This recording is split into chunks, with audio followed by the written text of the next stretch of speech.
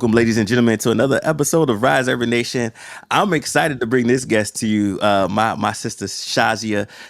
When she was out here for Tina's thing, she told me, "Oh, I gotta introduce you to my husband because he's from DC. His story might resonate with you and for your audience." And we've been we've been chopping it up for a hot second before we even get onto these mics. But I want to introduce you to Antonio Glenn. Antonio, how are you doing this morning?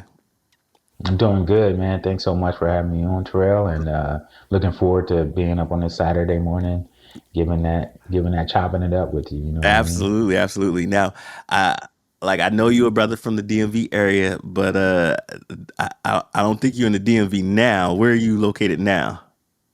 Oh yeah, so I'm in Dallas now, and I've been here a few years. So Okay. moved here for family. So Dallas is no DC, but it's good for business. Let me say Yes, that. yes, it is. You know, uh, I forgot to tell you this, but I had a surprisingly shocking good experience not in Dallas, in where did I go? I went to Austin, Texas, and this is my first time experiencing Texas, and I didn't know what to experience for last year for the Sherman Inclusion Conference, and it was I was completely blown away and surprised. I don't know if you ever been to Austin, but like I thought I was in a mini Bay Area, like with all the tech buildings and even the people. Like it seemed very liberal. No, Austin is much different than Dallas. We actually went. There was a conference. I'm an attorney, so I went to a special conference for special needs kids. That's one of the things I like to focus on. And so we drove down to Austin. We have friends who live there actually. It's just a nice place, much different than Dallas. Dallas is still much more conservative, although you have a huge influx of Californians coming in, making it much more liberal, much more open. And we haven't been to Houston yet, but I heard Houston is, they got all the good food and restaurants. But Austin is such a cool place, so that's a really good place to go visit. Nice. Now, for the people who are experiencing Antonio for the first time, I know you mentioned that you're a lawyer, but give me your soliloquy. Who is Antonio? Like who are you? I know that's a deep question, but take it to wherever you want to take it to. For me now, I just am a good Muslim brother who grew up in the DC area, working to be every day, striving to be a good husband and a good dad. I have a 9-year-old daughter, and there's just so many things I want to, have her to have opportunities, for which I didn't have. My dad died when I was, and I was 8. And so just being a dad and a quality man is very important to me. So just, a giving person, really here trying to make sure people are, what they say now, living their best life. And I love helping, our community or in any community be like, hey, let me use my skill sets, my skills as an attorney to help you break through something or help you get started. I remember being young and, the first thing you ever wanted to invent was putting flashlights on your slippers so you can walk it and walk downstairs at night. But you see a lot of these young kids who have a lot of interesting thoughts and you're like, look, that may not be the $1 million one, but I want you to keep thinking that way and pushing that way. And, this is how your creative nature comes out. So, man, I'm just really here, just enjoying life. Dallas is different, getting out to DMV area. And I'm just, just here to bring happiness and joy to people, man. I've had so many opportunities to travel and meet different people and influence different people and be influenced. So it's just striving to be greater and make a good impact, for folks in a positive way. Yeah, you and me both. We have that same type of mentality and pedigree. Well, something important that you said is, um, I love how you identify yourself, one, because I think often sometimes when I do leadership circles, we it's interesting to see how people identify themselves. Some people are career first, some people are like family first, dad. And then I was like, look, before I even get to my identity of how you see me as a black man, I'm a father first. I'm a husband. I'm a I'm somebody's brother. And these, if we could start looking at the people in that way, it redefines the experience of how we experience them, right? And then two, the thing that I love about who you said that you are is how you just strive to help make a difference in other people's lives, and just help them get to that space. So that's lovely.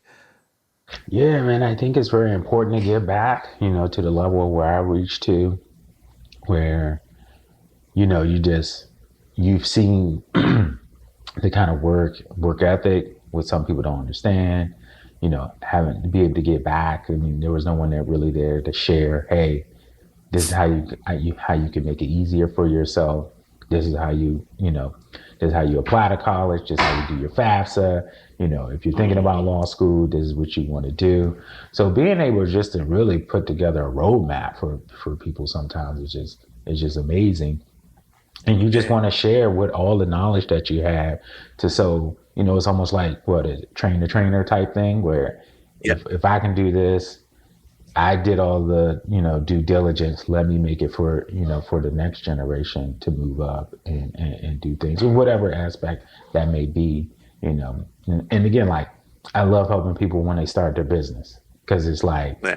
oh man, I can really start a business. Yeah, you already started it. Like, we're going to put some other things and frameworks in place for you, but you got a business, you got clients. Let's go out here and Yeah. make it happen, And I think once people see, there's there's some validation that comes along with it too. When you have someone like, hey, you're validating this. You see me as a CEO, and it moves from there. So, getting those things going, it really, really helps people. Yeah, and I think that's important too, because like something I see from the neighborhoods that we grew up in, or even just some of the urban communities of America. There's a lot of our friends that got side hustles and uh, got got little businesses, but they haven't turned it into LLC, got it incorporated, and they find themselves in a mess later, or not fully taking advantage of the system that's in place to help them get these tax breaks, help them get, the things to really, make their business, even more successful, so they don't have to have all these out of pocket costs using credit to, build their business credit, their credit line, and taking things out of their name and their mama name. Um, could you speak to the important, the importance of those people that I'm talking about?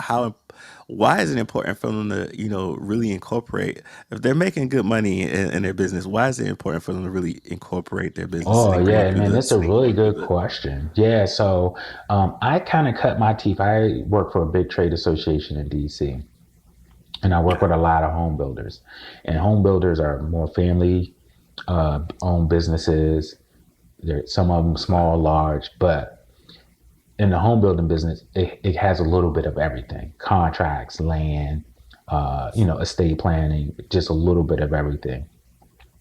And they're kind of like, when I was even during my law school, because I was going to law school that night at Baltimore, seeing these transactions and how they were developing their businesses and stuff, just, it's just like that light bulb comes off, and you see, hey, limited liability protection. If you're an individual, especially like, you got a mom and pop catering business, somebody comes in and it's like, oh, I got food poisoning or I got sick, and they sue you. Hey, they're coming after everything. They're coming after your, they're coming after your whatever, your cat, your Escalade. They're coming after your house, your mom's house. They're coming after you, and it's like, why do you want that kind of exposure? Don't do it, Mhm. for a couple $100. Invest in yourself, invest in your business, because that's what it's there for. It's there to protect you. And it helps limit your liability, but also too, what you mentioned, the tax breaks. Like, for the most part, you're able to deduct all these expenses, and then you can kind of see this is what America is about. America is about, investment income, business income, really having growth. That's why you don't make any money with your money in the bank. Money in the bank is actually, is almost a bad idea in a way, because you're actually Mhm. losing money to sit it in there. They're charging fees now, inflation. So the money's actually decreasing in value because you have it sitting there. Mhm. You're really supposed to be putting it out in the universe to invest it and letting that seed grow, letting it grow, and there's simple things, ETFs, mutual funds Mhm. that aren't really risky, but they Mhm. have a lot of growth that comes back with them. So when you're in that entrepreneurial spirit, you're in that growing, you're in that investment phase, and you start meeting other people and you start getting other ideas. Like, so one thing I'll share, Mhm. a lot of people when they get investing in the real estate, it's in their name, like you talked about. So you're trying to co-sign on all these loans and things like that. And I Mhm. learned from the home building industry, hey, when you had the 2008 downturn, what a lot of these owners did was, hey, I have a business. That business is pretty much insolvent now. I'm going to give all the houses or land that I own back to the bank. I'm going to shut this business down. And then tomorrow I'm going to create a new business. That new business has a clean balance sheet. And then I'm going to go back to the bank, and all the property that I just gave them, I'm going to buy that for 25 cents on the dollar. Now I have a new business, and that other Mhm. business is shut down, and I'm not personally guaranteed on any of it. And so that's how business in the LLC can work. And that's how you can use it Mhm. to your advantage. I'm not saying walk away from your debt. Maybe they figured out a way to resolve their debt issue with the bank for the dissolved company, and work that Mhm. through. But it's a way for you to have some flexibility in what you're trying to do and operate. So if you're trying to get, like in the DMV area, people wanted to invest, but they got stuck. It was like, oh, I don't have this. Well, you come up and do a real estate investment trust, or you get an investment club, and you pool the resources together, which is harder for our community to do from time to time. Hey man, let's Mhm. pool our resources. Spend 1,000 or whatever and do an operating agreement so everybody knows what they're responsible for. Everybody knows what they're putting in, and then we can go out and get this. So that's one thing that I want people to realize. Hey, let's not blame anybody. Let's figure a Mhm. way to invest in ourselves, invest in each other, and work together. And there's so many opportunities out here when we frame it that way. So the business side is just a great opportunity for people to grow, and there are a ton of people in DC. It's like, yeah, get out of the 9 to 5 mentality and get into that entrepreneurial spirit, and Mhm. you'll really see a shift in Yeah. things. Yeah. I was having this conversation with my family when I went back to DC. Was it 3 years ago? And and I remember going back to DC. And the time me and you and I growing up in DC, DC was the chocolate city. The time I grew up, it was the murder capital. I remember if you went down southeast, you see some things. I went down southeast this time. Like it didn't look like chocolate city. It looked like a chocolate chip cookie. I like there was like nice homes up. I was like, what is this? What is going on here? There's like, yeah, they're pushing people out. They're moving them across over to Prince George's now, and da da da. And I was like, man, ain't nobody get a piece of this. Like, y'all should have put some money together. Like, instead of having them buy back your block, y'all should have bought back the block. Like, as soon as you saw gentrification, gentrify your own hood. Like, I'm pretty sure the buy up some of these brownstones wasn't expensive. well, No, I well, think, yeah, what they would do, and we knew, like home builders in that area, they would go to grandma's house. And grandma would be mhm, like, look, I'm tired. My taxes are going up. Nobody's yeah, helping me. You know, my sister across, who I used to go to church with, she just passed away. And, you have an investor come through, and they're mailing out these cards. Hey, you want to sell?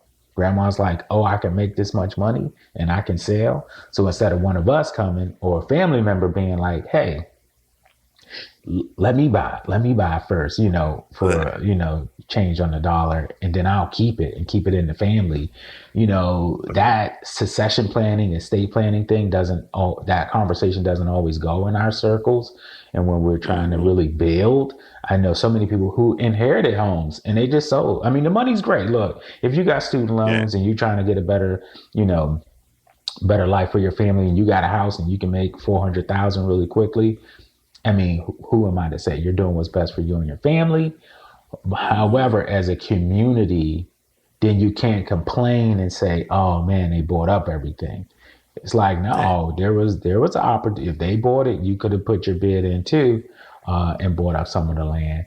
Now, I do see a lot, of folks, who bought up in Baltimore and buying Yeah. out those areas and stuff like that, because those are still really beautiful houses in that Baltimore City area, Like, and it I looks heard they like were it's selling those for dirt cheap too. Like even the government was like giving like houses away. It's like we got this program here, and you could come buy these houses for. It was like I was like, really, you could buy a house for that cheap?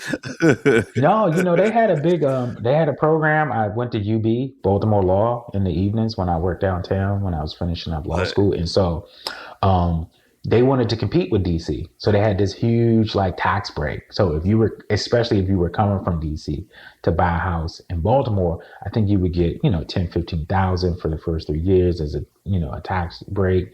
You could buy a couple row houses, they wanted some of them to be your primary residence, but you could have bought up, some other, adjacent homes for yourself for a good penny, and you build it out. And I have a buddy, that's what he did. They would try to invest, maybe buy 2 or 3 units on the block, and then build, but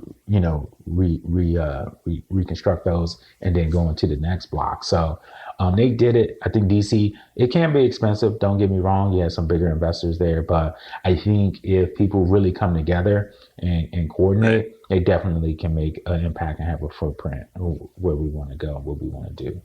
Because DC has shifted. I'm like you. I grew up in that southeast side with the go-go and everything. So, and it wasn't. I mean, man, those places were run down, and it was like, but and they let it get like that. They let it, things happen. Whoever was in control of that, let it get that way. But it definitely, needed some, a redo. yes, it did. Now I'm happy it got a redo, but I wish we were a part of the process of the redo process, and we got to, grandma's house and people who lived their whole lives there got a chance to benefit from that redo, which is the thing that's always unfortunate that we don't when that redo process happens, we often are left behind in that process. Yeah, yeah. There were a lot of folks who like, what's that? Trinidad area when they Mm. gentrified that. They just finally, got rid of Berry Farms after a long, long, long, long time. Berry Farms is like a notorious, for those who don't know, just area in DC near Anacostia where they really want to rebuild that waterfront area. And it's Yeah. so for those who don't know, so there's the new baseball stadium, the Nationals, and they rebuilt Yeah. that, and that's technically southwest. And then right across the river is southeast, and that's where Berry Farms was, Anacostia subway station. And if anybody knows DC, then the Big Chair, and they already kind of gentrified that area. And so that Berry Farms was like the last enclave, and they had this, proposal. And, of course, what most people don't realize too, and I learned this from, again, working around home building and city planning, is go to your city's recording office, and you can get what's called a Really? map plan. Yeah. So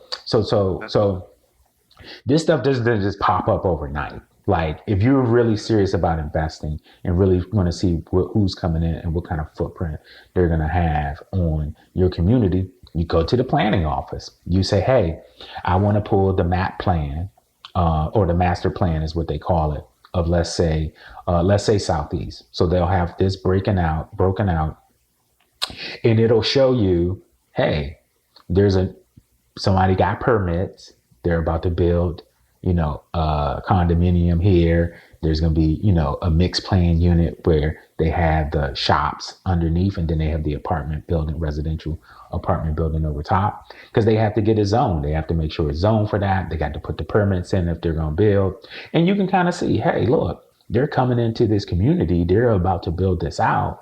That's where we're going. So I would see, families or people going in because maybe they wanted to buy, they wanted to buy a lot. So they were like, look, if I buy this lot, who else is coming in to get the appreciation of my lot up? And maybe I'll sit on the land. I mean, people buy lots. And I think when people think about purchasing land, they think it's so much more expensive. But sometimes there's not a very large carrying cost. And carrying cost is a term that's used by banks when you have to, carry the loan, but it's a land loan. It's a different kind of loan. It's not a mortgage loan where you're paying a hefty fee on it, and you can service it. Maybe it's depends on how much you have, but it's doable and it's easier for you to do if you have a business set up for that. So they would buy this land and they would just sit on them. So that's when you see the sign up, hey, land for rent, blah blah blah, and now you have a market that you have. People come in, they buy your lots back, and now you're just making so much money on the land, and you don't even have to improve it. You're just servicing it for a while. So some of those long-term more investments like that are were available. But I say all that too. That's what we learn to do: research, go and research your community. Go to the city planning office, pull those records on those master plans and deeds and kind of see. I mean, it's amazing what you'll see when you pull them because there'll be things that you didn't even know were zoned and, this is commercial area and what's going there and, other projects, land, water, flow and all those kind of things. It's just very important to see. I think everybody would serve their community better if they just had a group that would go there and do those. Yeah, so. I agree with you. I agree with you. And it was just fascinating for me to learn all this through you just right now. I was like, man, now we both came from DC. We had some humble beginnings, and and people probably listening to us like, man, they must come from an affluent family. the way they be talking on this podcast and all the stuff they be doing, and that is far from the case. So tell me a little bit about let's not go all the way back to elementary school, but let's go back to the first job because that's why I usually like the start for people because I think sometimes when I talk to students or people who have limiting beliefs about career trajectory or what they can get into and beliefs, there's like, yeah, but I don't got a degree and I only worked this. I was like, yeah, I had my first job. I was in AMC, and I was going to school. So yeah, everybody start from somewhere, right?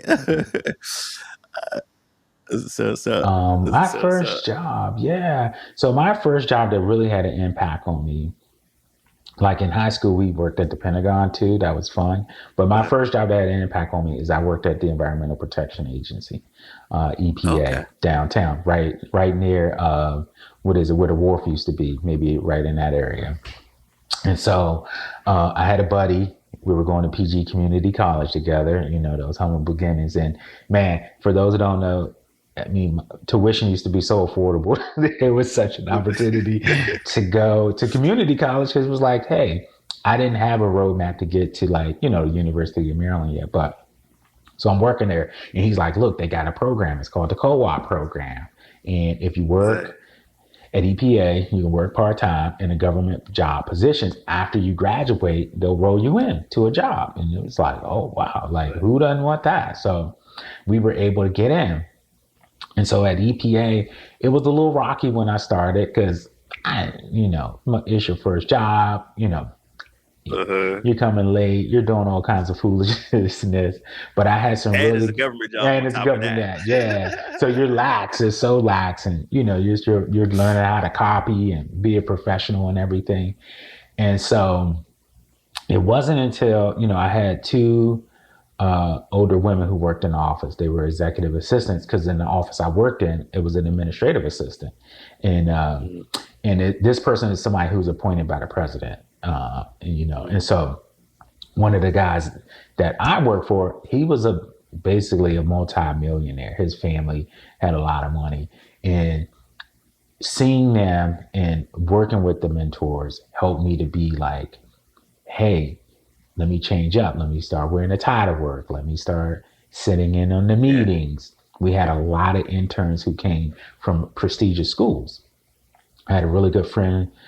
She actually is the one who lives in Austin, and they would just come with from Harvard and all these other and schools. Yeah. And I'm in community college in there, but me interacting with them and starting to like associate and socialize more with them, it just opened up new thought patterns, and just the beliefs in myself, really stepping it up and being like, hey, okay, yeah, I'm gonna go to college, and then you know what? Yeah, I'm gonna go to law school too, and you know what? I'm gonna do this as well. And so you have so many folks where there's no scarcity mentality, right? Where there's only one spot, you know, Yeah.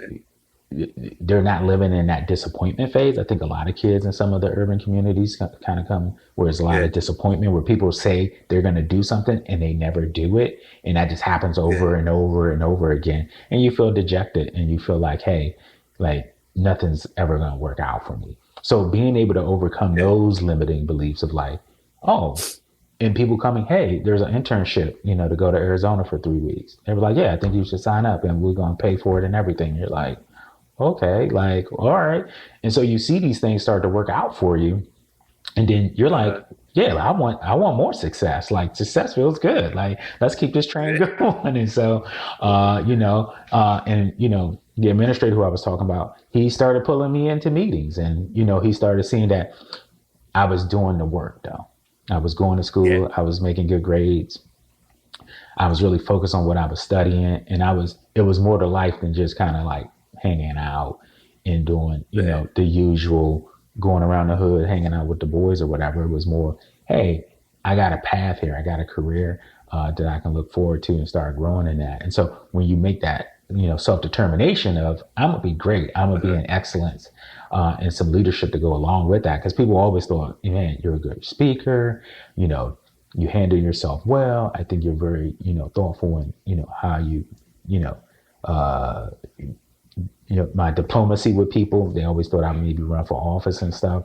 And so, yeah. humble beginnings. But that first job at EPA, I had some really good bosses, some really good mentors, and people. I think they saw and knew where I came from, like my humble beginnings, and they wanted to invest Yeah. in me. And but they saw me too wanting to invest in myself, and that was the switch when they saw me taking the initiative, being direct and being a leader. I think that really, that proved to be really good. And it served me well. I stayed at that job for maybe 8 years.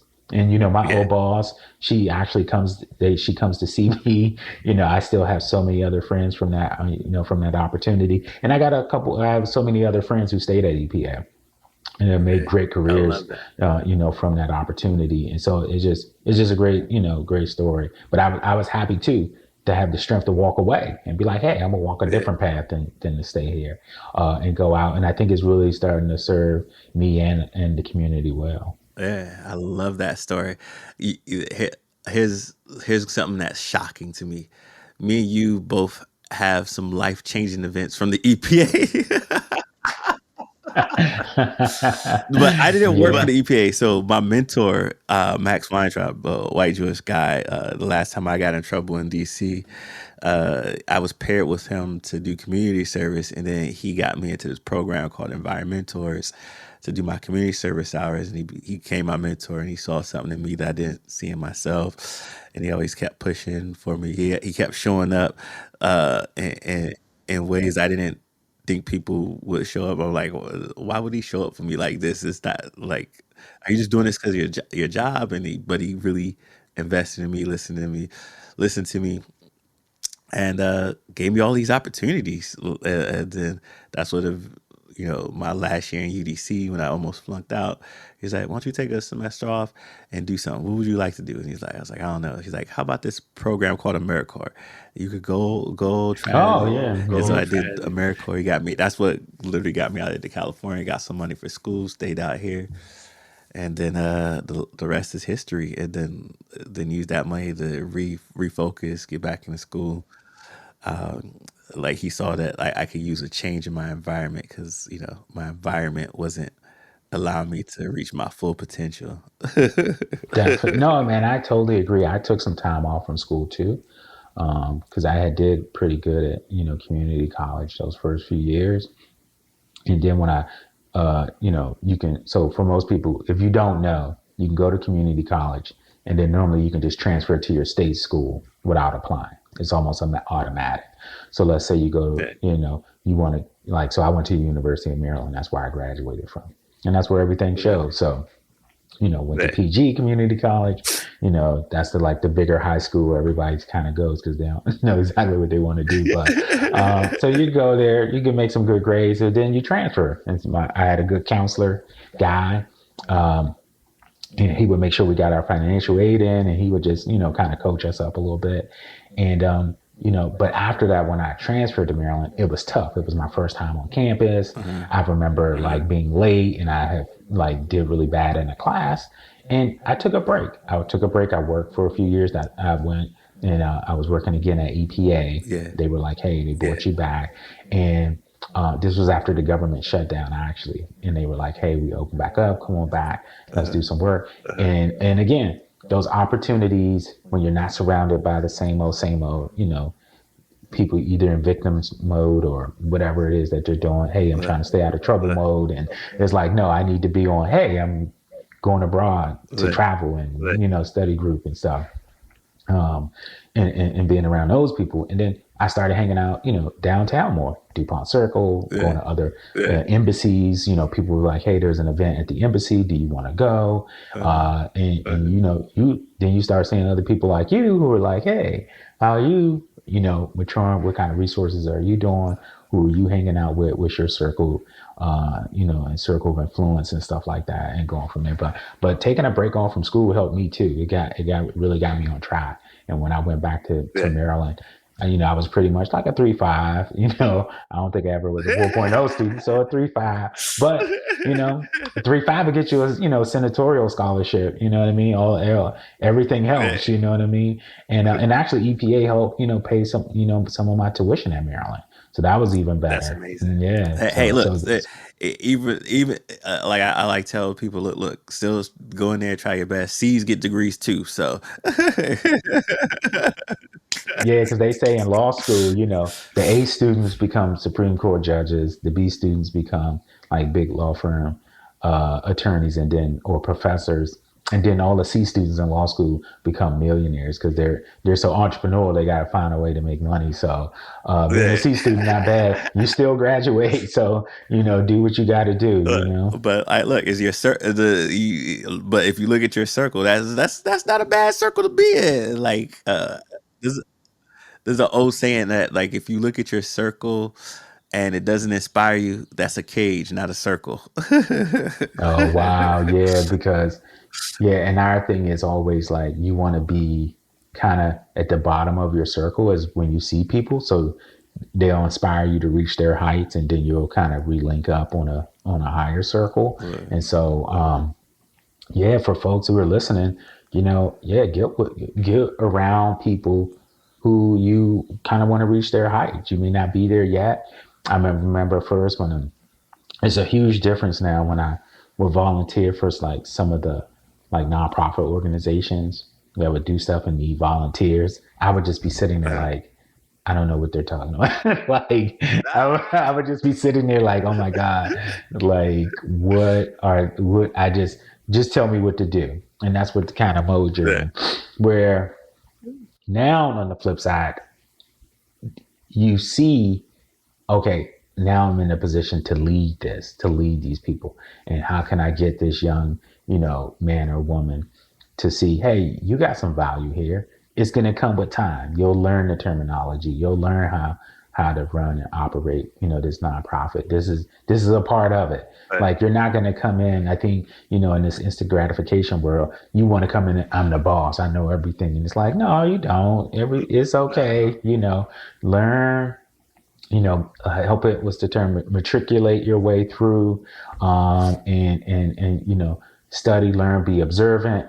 And if you have an area, like if you're really good at Excel, if you're really good at math, if you're really good at, doing something that can help, stay in that zone of genius for yourself and build out. And you'll find a place for yourself where you can contribute, and people will be happy for you to volunteer and contribute. So that's key, Well, So I love that. I love that. I was just telling somebody that the other day. Look, find your circle, find your level of genius and pure talent, and double down on that, and then bring that talent and offer that of value to spaces, and then surround yourself around other people that help you elevate.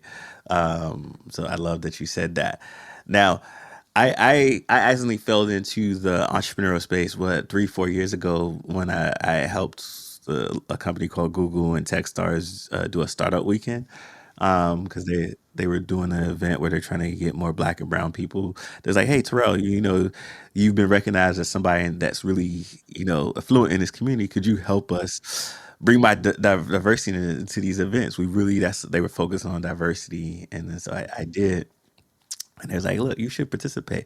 I remember at the time it was this like tech themed and entrepreneurship. I was like, well, I'm not into tech and I'm not an entrepreneur. And it's like, oh, you more entrepreneur than you think you are. And I ended up attending, and I won this event. And then I got to meet with angel investors, all types of lawyers. And that's the first time I learned there's a difference in all the lawyers out there, especially even in the entrepreneur world. Like, because there's one company that I was supporting that needed a lawyer that did what you call it, a patent lawyer, but they need a specific type of patent lawyer that will specialize in this. I was like, man, I didn't know there was so many type of specialized lawyers that deal with certain different things in business.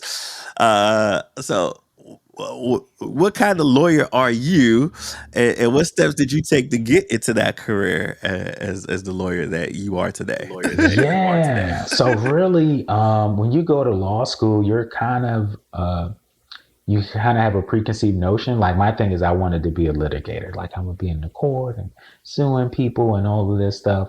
And then I got to law school and it's like, I don't think I really want to do that anymore. Like I don't really like the courtroom. I seen enough courtroom when I was young, unfortunately. And it's like, I want to stay out the courtroom. I want to be around the business generation part, which you can make money in all facets as an attorney. But later on, when I started to work around the entrepreneurs and businesses, I saw like, wow, this encompasses a lot of things that I really like. And so working with startups, my background is more with contracts, business formation, helping companies, get, their business credit, be self-sufficient and compliance. Because really in most businesses fail in the first 3 to 5 years. They're undercapitalized, taxes kill them, they scale too fast, and you want them in, they're just not in compliance. And I think one of the reasons that they don't see I need to bring in,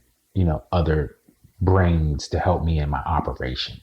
I'm a chief executive officer. I'm executing, and I'm doing that. But then there's a management side to your company, especially when you start making, 200,000, 300,000, 400,000. There's a different way to operate. And so my thing was like, hey, that's good for me because I like that. And there's a social aspect. It's more client facing as opposed to case law. Case law is more litigation. You're filing cases and precedent and, filing briefs and pleadings. Is like, that's not my forte. Mine is, look, here's a business strategy and we're going to help you scale. Hey, look, here's a great contract. I suggest you move forward. So I operate in that kind of contract business world. I do for some of my clients, like more of a general counsel. And so for those who don't know, a general counsel is like an in-house attorney for the company. And they just help the company advise you on legal strategy, legal advice, maybe staying out of litigation, maybe, suits come up all the time. Maybe there's some other, like defamation of patent. It's like, hey, we need to research that. Is now the time to go get a patent? Is now the time to go and get, businesses in different countries and things like that.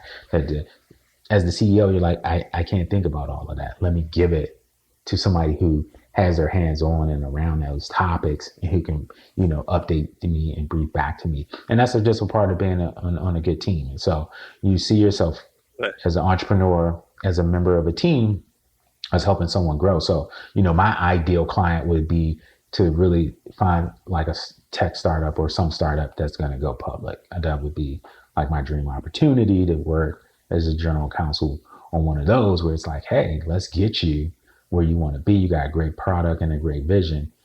Let me help you get there. And that's what, attorneys get a bad rap. Most of the time, some of my clients are like, I didn't want to call you. Well, why not? I'm not a litigator. Like, don't be scared to call your attorney. If you have an attorney, don't be afraid to call your attorney. Some Especially people if like, you have a business, attorney could be your best friend.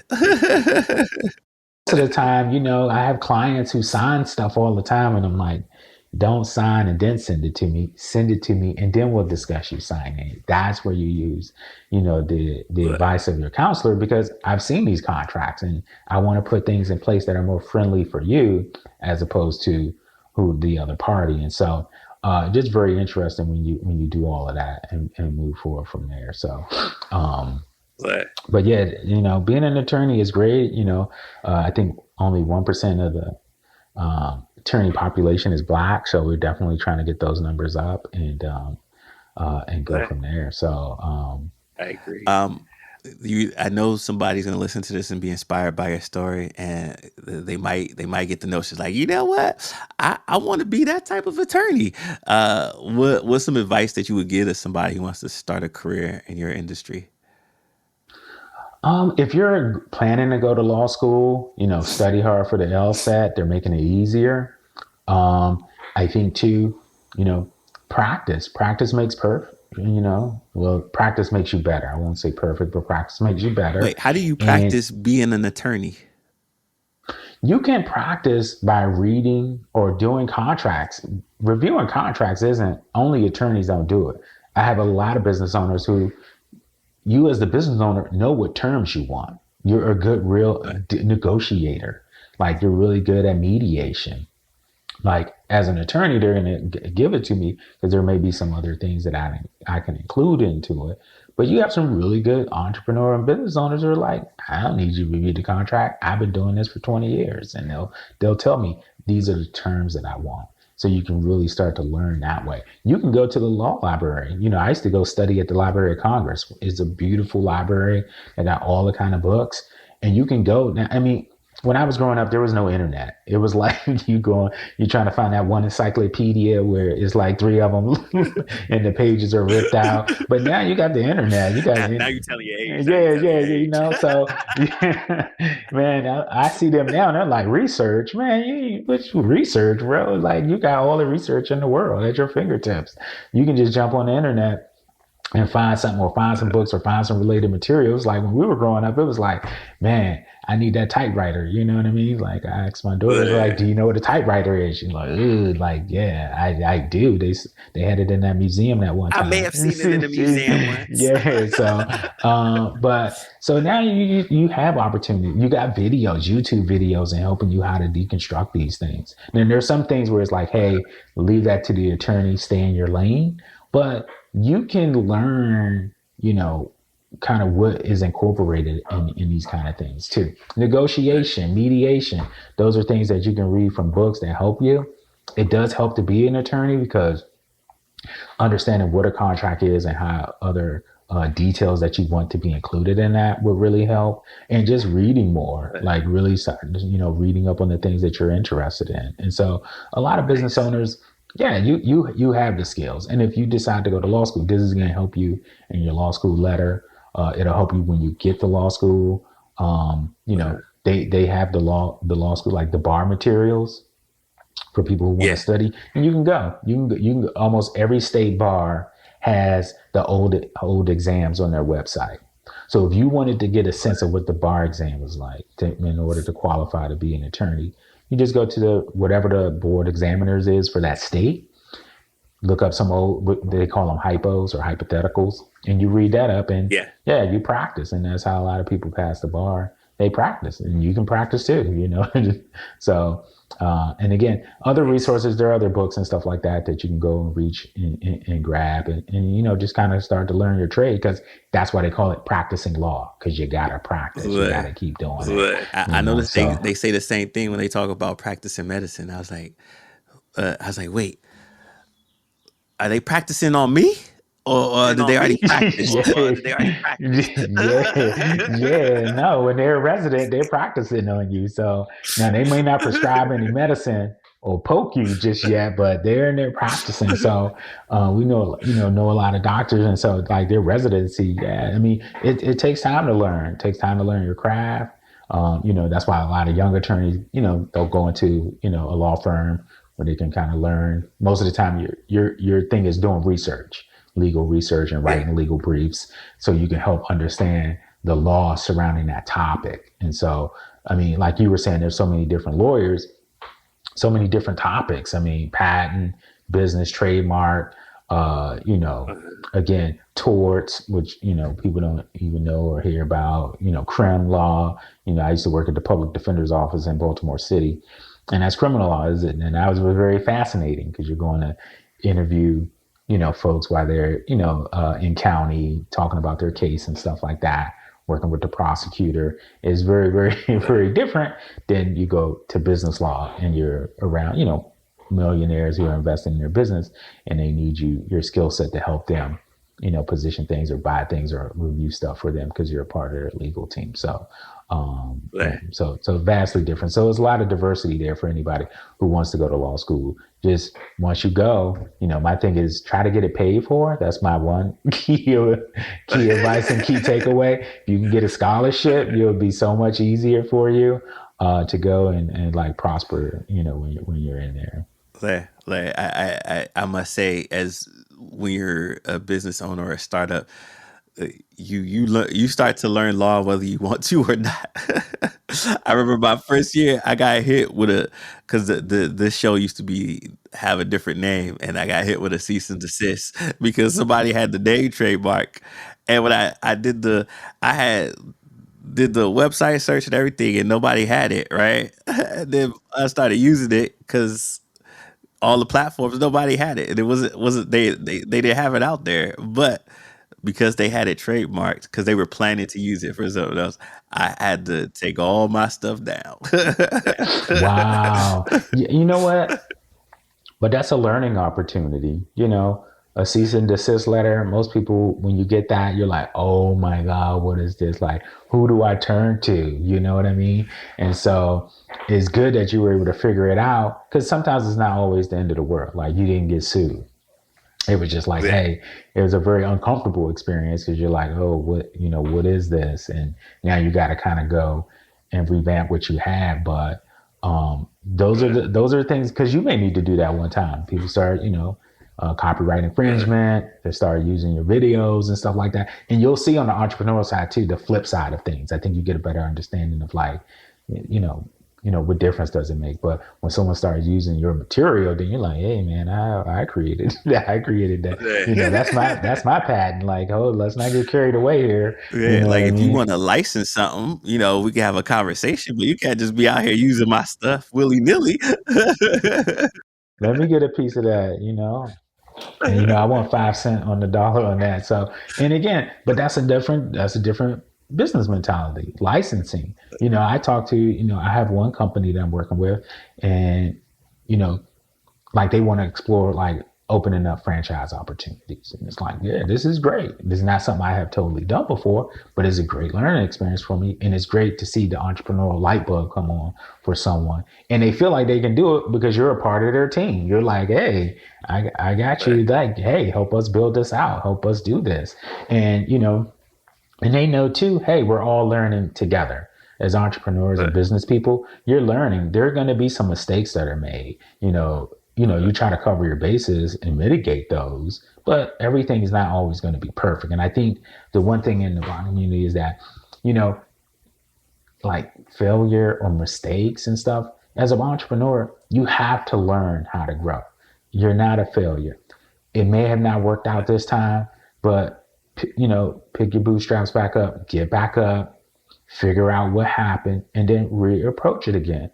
Jay-Z talks about it Right. a lot. So even some of the other performers and other entrepreneurs in the community, like, there will be some missteps. There will be some misinvestments. One thing I was happy for when I moved to Dallas, people are not afraid to invest. We're in DC, you have a Yeah. lot of people who do work for the government, and that has a very like, whoa, you want me to invest $1,000 in that? Like, man, you just bought like $1,000 Gucci belt or whatever. It's like, yeah, like, okay, Like, like use yeah, that. this is a better investment. So it's like, okay, you want me to work for you for free so you can go spend your money with someone else, but no, invest in yourself. And I think learning to invest in courses and self-development and leadership and advice and things like that. If you don't, you can't know how to do everything. You just don't have the time, and you help build out your team. And so, learning to invest in those things are key. So, Right. just a part of it. It definitely helps speed up the process. Yes, it And does. Yes, it does. And it could save you some money along the way too, if you put that investment up front versus learning an expensive lesson on the back end. You know what? That's so true because, I did have a couple of people who they may have reached out to me for advice and counsel, and for whatever reason, they didn't want to proceed. But then they get into a deal and they sign, and now they're out 30, 40,000. And I'm like, now it's kind of a little too late to call me because I can't chase after your money. Even if you get a judgment, you sue the person, get a judgment, you still got to collect. It's just now you got to spend more money.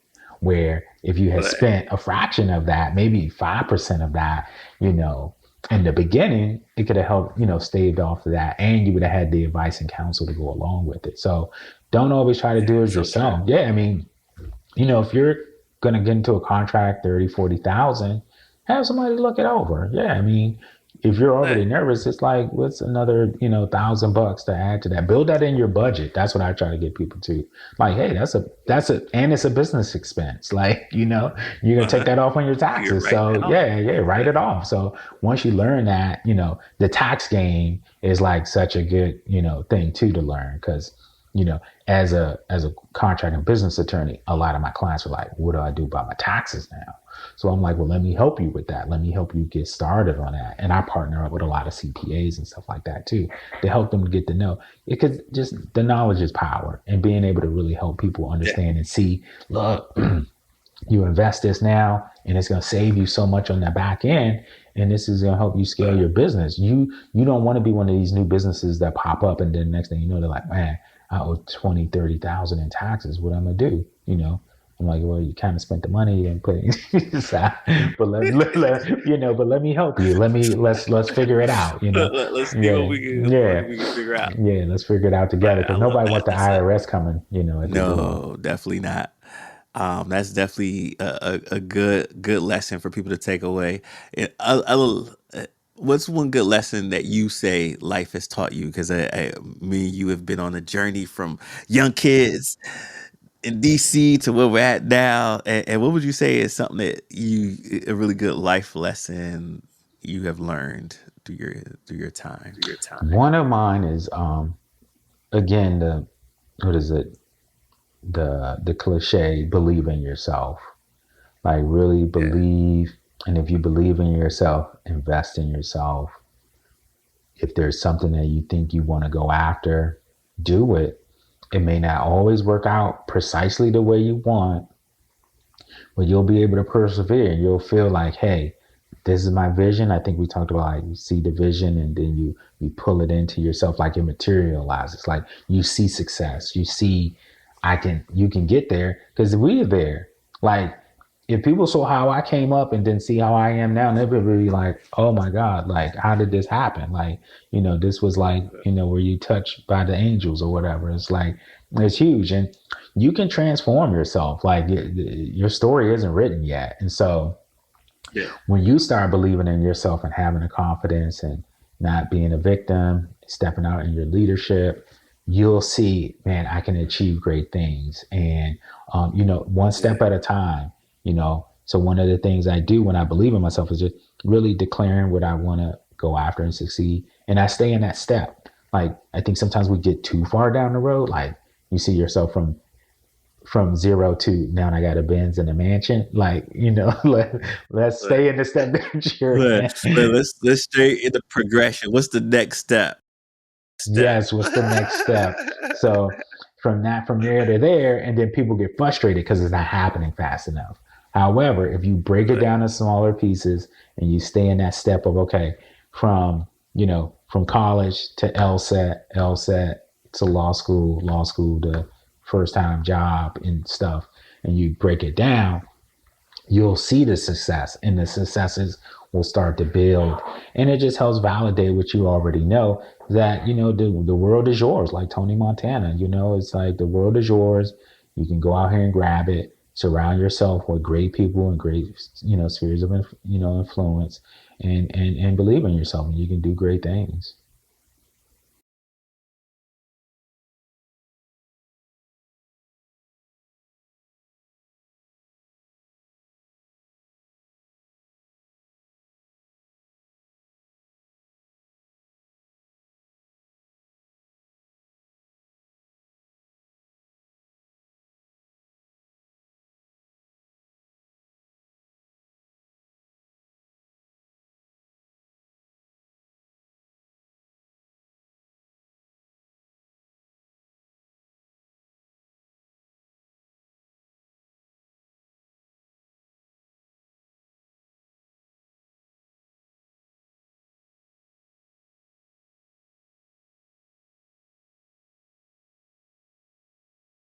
I mean, yeah, I mean, that's what I want people to do. Wake up and be like, man, like, my parents would be proud. I think, my aunts and family members and even the folks from the hood, like, man, I'm proud of you, bro. Like, you're an attorney. Like, I think I'm the only one in our like neighborhood who, Uh-huh. graduated from a 4-year college, and then of course the only one to ever gone to law school. And so they're always like, man, it just, it's impressive. But it shows people too, you know, again, what's possible. It's never too late, And so Yeah. I'm like you. That Mhm. if you can do it, if we can do it, Yeah, if they we can can do it do it, for yeah. sure. If anybody on this call, if I can do it, you can do it too, and you can do it better. And that's what I Yes. would inspire you to do. You can do it even better. Where one day we're looking at you, on your TED talk and listening, being like, Uh, "Hey, man, they on Trails podcast. Like now they got a TED, now they got a TED talk. So definitely is out here, and it's possible. So no, But thank you so much. no, thank you. What do you think the future has in store for your industry, specifically when it comes to getting more people of color into the industry? I know that's something we alluded to earlier, but what does that look like? So to me, this is like a twofold kind of question. But I think the legal industry is still open. Now, maybe some big law firms, it may be a little bit more difficult to navigate and get into those fields, but the legal industry is wide open. I mean, if you go to law school, it may be some slower beginnings. It may, but immigration. Like I didn't even talk Mm, about immigration law. There are other laws where it just almost people of color can just insert themselves and just helping your community, like the tax thing. You have so many tax claims for people who are underrepresented. So the legal community is always looking for attorneys who speak Spanish, who have different languages, who have different backgrounds, to serve. And it's not always pro bono, but some of it is. And pro yeah. bono is, free legal services or reduced legal services for the industry. Now, big law might Okay. be something different. They have a lot of diversity and inclusion teams, but they do go and travel to law schools to get diverse candidates to come in and work for them. Now, it's a tougher pace, and I think some people are like, I'll work at a big law firm for maybe 4 or 5 years. I'll get a lot of experience, Yeah. and then they'll go in house. They'll go in house at another Yeah. company, or they'll transition out of working in a law firm. But there's so many opportunities there, and the space is open to have people in their expertise. I know a lot of like intellectual property attorneys who Yeah. they may be. So I think some people, if you go and get a science background, some people might go and like be engineers and stuff like that. Then they transition over to law. Now you have these two skill sets that work together, and it's very modern. Biotech, you have a lot of, Monsanto, what is it, DuPont, Tyson, all these other companies. So as an attorney, you can kind of splice yourself here, and as a person of color, that's just even more bonus that you add to it, and that's what they're looking for. Some of these companies are looking for. Fortune 500 companies are looking for this, and you can go in as like some associate legal counsel roles. Of course, you can work on the Hill. You can work in politics. I mean, most congressmen and congressional staffers, went to law school. So there's just a plethora of places you can go as a person of color in the legal industry. Yeah, And they're looking for you. They're looking for you. yeah, and this is so true. Because I had a friend of mine who's in the biotech and tech space, and when they were on their search for a lawyer, they wanted a lawyer of color and a lawyer who had an engineering background, because that needed that person to understand the complexities of what they were engineering and the industry itself. Whereas a lawyer who can specialize in that could be good, but a person who's an engineer and then turned lawyer can understand it greatly, because they worked in the industry and they understand some complexities that they were trying to do to a greater level. Yeah. And so one thing, when I said it was a two-part question, it was like for us to continue to go into these fields. So to continue to go into engineering, continue to go into the more applied sciences of engineering and mechanical engineering and these other professions, along with going to get your law degree. Like, I think sometimes too, we don't take advantage of some of these things because we don't push through. Like, let's make ourselves available, for this and show that we have, the talent in this particular field and in the workforce to be able to build out. And so, like for engineering, my wife, she went to Virginia Tech, which is a big engineering school, and she would say, when I go places, there are not a lot of people of color. I mean, normally when I went to law school, it was maybe about 7 Black people out of a class of about 200. And so, I mean, I did go to school in Ohio, but if you ever went to, Howard or something, that would have been different. But still, you go to outside of certain areas, you don't have a lot of people of color in those more advanced graduate fields and things like that. And so it's like, hey, if we want to be included, we got to step up to the challenge, get some tech skills, get your Google cert if you don't want to go to college, put yourself in a position where you can be visible and you can come in and do that. And I think that's one way as my role as a mentor, I try to, help people like, hey, what can you do to contribute? To serve. It's not like, oh, please give me a job, sir. Please give me a job. Tell me what to do. No, it's, hey, you have a gap. I can fill that gap because that's what you're hiring for. There's a gap there. There's a need there. And this is how I can plug that gap. I can plug it. And on top of that, I can plug that one too, and so then they're like, oh, okay, let's bring this brother in. Yeah, that's what I like to hear. See, look, you added value in two ways, and I think have that mentality. We get more opportunities. But real quick, shout out to your wife. I didn't know she was a Hokie. My little brother graduated from Virginia Tech. I did, a summer program, an engineering summer program at Virginia Tech in my junior year of high school. But engineering just wasn't for me. But I enjoyed my time on the campus that was the town. It was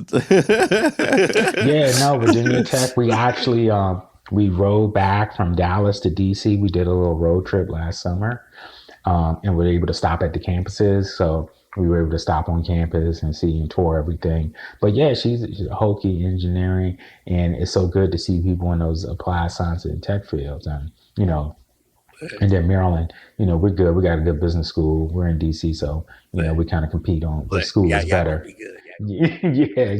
So my daughter's like, hey, you got choices. UT, they're in Arlington here in Dallas. Virginia Tech, you got the East Coast schools, you got Maryland. So we want to, broaden her up to be like, hey, the world is your oyster. what you want to go out here and do. And so, yeah, having kids be able to dream and envision that is good. So go out here, for all the folks young and aspiring, go out here and make it happen. Absolutely.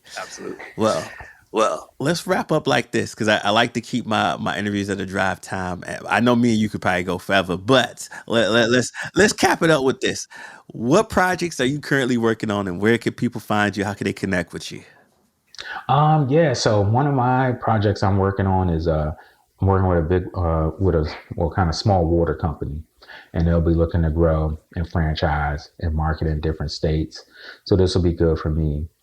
They're several million in revenue, which is a good client, and just really learning along the way and being able to help them kind of see, because sometimes you get into a business and business owners and they're just like, man, you do go from like 0 to a million in revenue. You just have it and it's hot.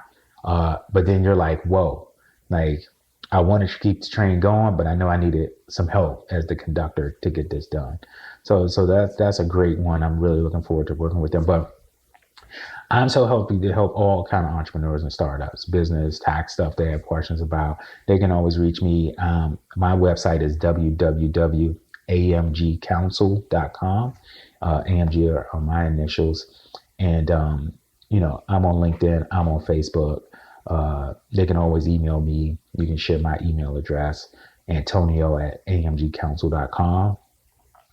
People email, have questions and stuff like that. And for mentorship though, definitely reach out. I'm always happy to get back, have sessions. Zoom makes things so much easier now, and I have a mentor kind of relationship for someone who isn't, in your local, area. And trust me, I know worse stories than whatever somebody's going to call me with. So, call me, we, break bread if possible, and really help people get a good sense and a roadmap for themselves. So again, Antonio@amgcounsel.com. They can go to my website, AMG Counsel, and I can provide you all my info. And, I'm just your friendly neighborhood attorney is like, what I like to, that's my, you know what I I mean? love the slogan. Yeah, you know what I mean? So, Antonio, my brother, it's been such a pleasure to have you on this morning, and I enjoyed our conversation thoroughly, breaking bread. For all of you who are driving or busy with the kids, running around, whatever was going on, don't worry. I'm gonna put all his information in the show notes so that you can connect with him. I might have to take you up on mentorship myself, oh yeah, Antonio. man, I'm yeah, to I'm call gonna me, need your man. education. Oh man, it's here. Call me. I love, getting with folks and being like, hey, even like, just talking with Tina and my wife, and it's about, leadership and, being a good business leader. And, we all have families, kids, life, things pop up, and, how do you navigate, in this world, people concerned, so man, yeah, definitely reach out. So happy to reach out to a fellow, DMV, DC native, And look, you always got a spot here. Anytime you're doing something you want to talk about it, promote it, come here on Run. You part of the Run family now, so we're gonna help you run it. If you go for office, we got you too. Anybody out here running for office, let me know. I want to support, man. Definitely. I mean, just being a contributor, man. It's just like, just focus on serving out, contributing. People will see that, and it'll help you shine. So I appreciate you having me on the show. Thank you so much for letting me come and contribute. Thank you so much for doing the show, being a great podcaster, giving people opportunity to have a voice, and then hear voices like theirs to inspire them to grow and be great. So man, thumbs up to you, and the best to you and your fam. Thank you. Appreciate it. Well, ladies and gentlemen, this has been another episode of Rise Every Nation. Antonio Glenn and Terrell Simmons signing off, and we'll see you next time.